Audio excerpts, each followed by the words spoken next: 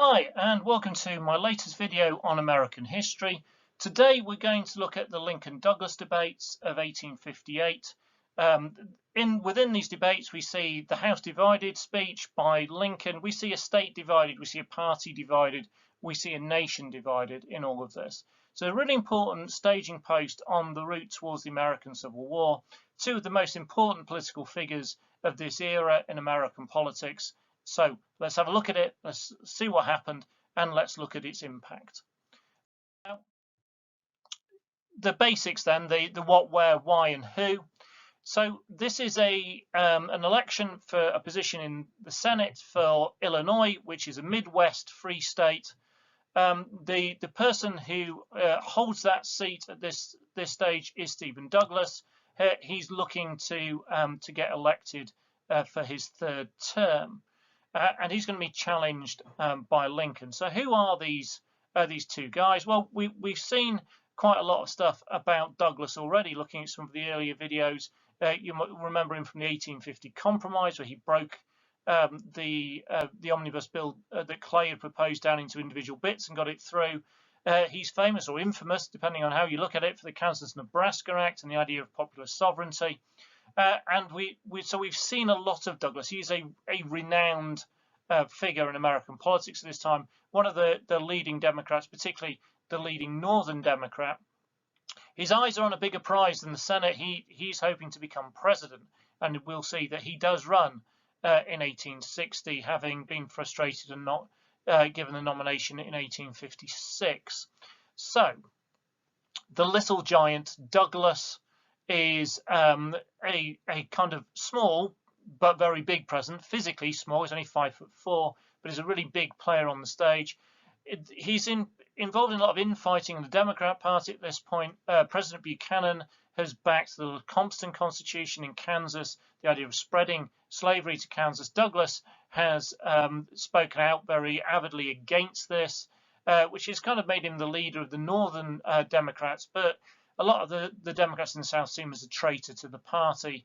And so Douglas is in maybe a slightly difficult political position at this point in time. His opponent is Lincoln. Lincoln has political experience. He was a Whig member of the House of Representatives, first elected in 46. He served a couple of terms before dropping out of politics to concentrate on his legal career. He had been a supporter of the Wilmot Proviso. He's brought back into politics by the Kansas-Nebraska Act, which we looked at in a previous video, something that made him very, very angry. And he sought to do whatever he could to stop the spread of slavery. Lincoln is an imposing figure, 6'4" tall by even modern standards, but an absolute giant back in the 19th century. He was a self-made man. He was reputedly known as Honest Abe, and had previously worked with his hands as a rail splitter. So seen very much as someone who could represent the people. He had a legal career. He'd been a manual worker. He grew up in a log cabin. He had experience but had become part of this new phenomenon in Northern politics, the Republican Party. So the debates, they must have had a slightly comical look, as I talked about the size of the two guys involved in the previous slide. So we've got these two guys there, and the debates aren't only significant in Illinois. They grab the entire nation, partly because anything Douglas does grabs the national attention because he is a key figure. But also, what we've got is probably two of the best speakers at this point in political history. And they are addressing the issues of the day about slavery and states' rights and the expansion of slavery and all the bits that the nation has been arguing about, Kansas, all that stuff. And it's all going to come out in these debates. There's a series of 7 debates that take place in various major conurbations across Illinois. In Ottawa on the 2nd of August, Lincoln talks about popular sovereignty and how it would nationalize and perpetuate slavery. So it would mean that it would be across the entire United States and would last forever. So he's attacking Douglas's really kind of key ideology at this point. The Freeport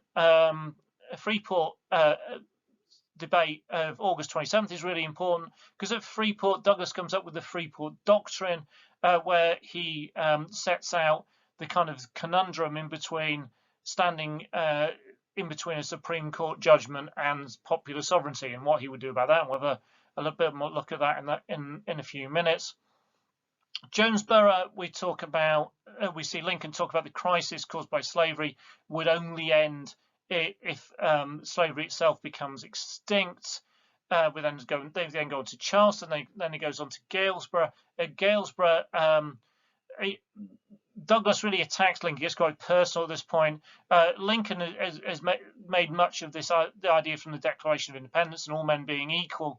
And Douglas really kind of leaps on this and goes, this absolutely proves Lincoln is an abolitionist and he believes in racial equality and all the rest of it, which plays well in some bits, but less well in others. And then we've got the final couple of debates in Quincy and Alton. So we've got these debates, and as you can see, they go on for a substantial period of time, over 2 months, well, 3 months, so almost through August, September, and the first half of October. So it's in the news for a long time. It's avidly followed. It's in the press in the South. It's in the press in the North.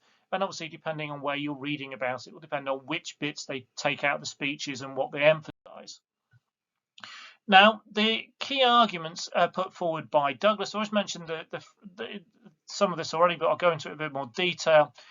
So he talks about the Founding Fathers, and he says they didn't intend for such rights to be extended to slaves that are in the Declaration of Independence. He pointed out that a lot of the Founding Fathers were slave owners themselves. He comes up with the Freeport Doctrine, where he talks about what the Supreme Court judgment says is the federal government could not block slavery from entering the territories, but he says it's within the power of the people of the territory to not allow slavery in, and to do this they just need to not pass slave codes or other laws protecting slavery.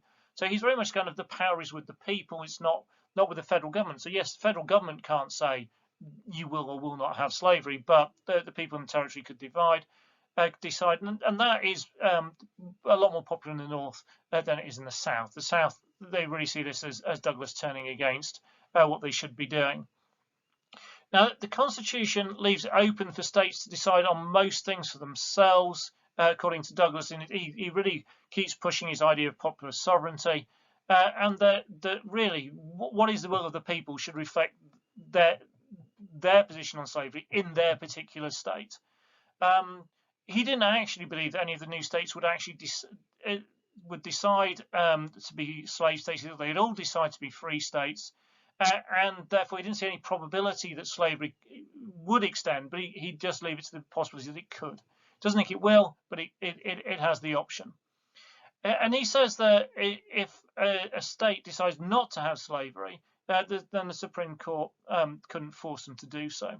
And he says that the people have the right to introduce or exclude laws as they please, which might ring a bell a bit with some of the stuff that we saw used by other politicians earlier, in particular Calhoun with his nullification doctrine and crisis that we could see back in the 1820s, 1830s.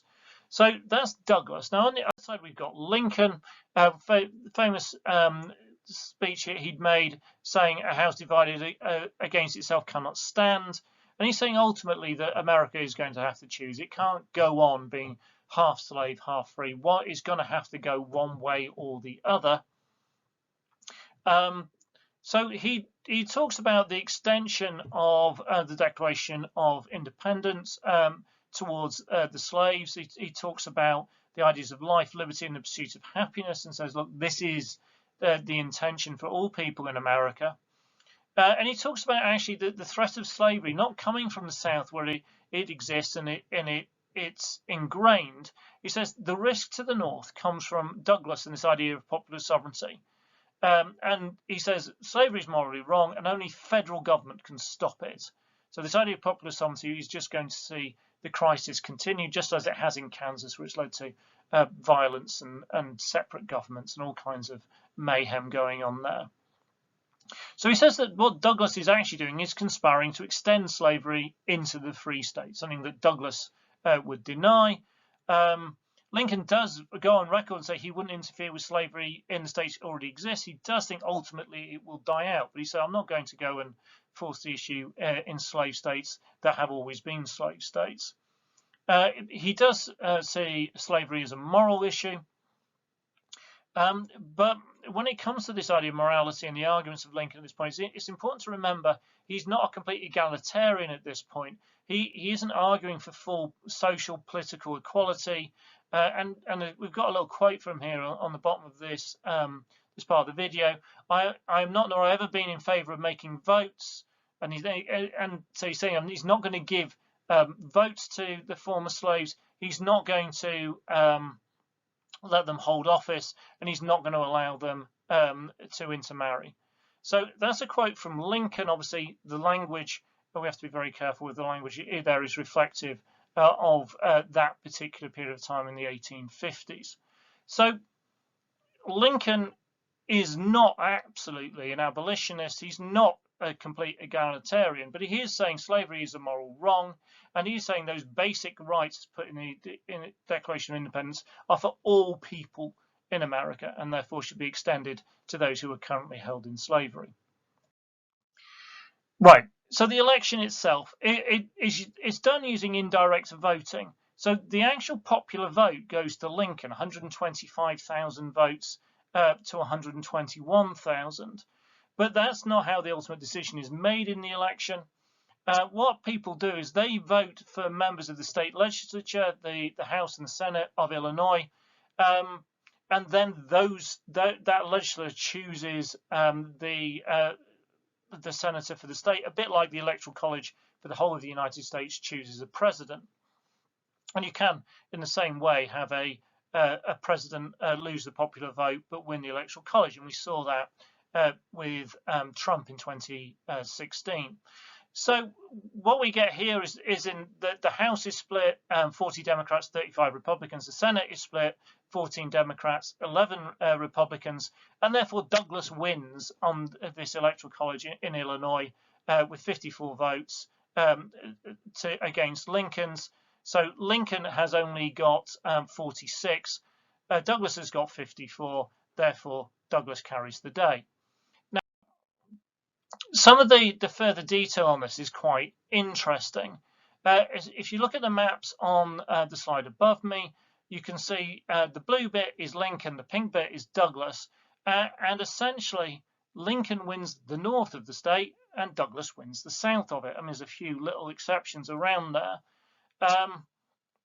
in terms of some of the odd House district or odd Senate districts in the different bits. So Lincoln comes out with a degree of credit because he has managed to beat Douglas, one of the big characters of American politics and an incumbent senator in a popular vote, but he doesn't actually come away with the seat in the Senate.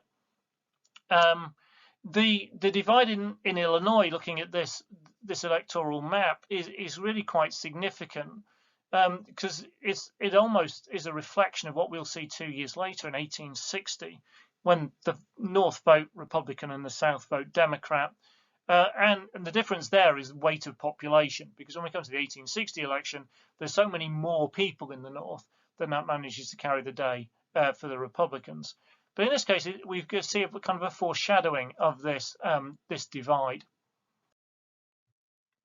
Right, so the impact for Lincoln and the Republicans. First of all, personally, for Lincoln, it establishes him as the rising star of the Republicans. He's had nationwide press coverage, good and bad, and the Republicans see him as someone who can do really, really well in elections.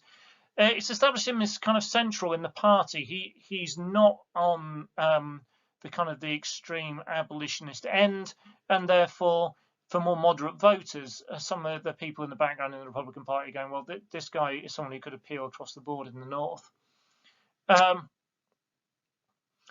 The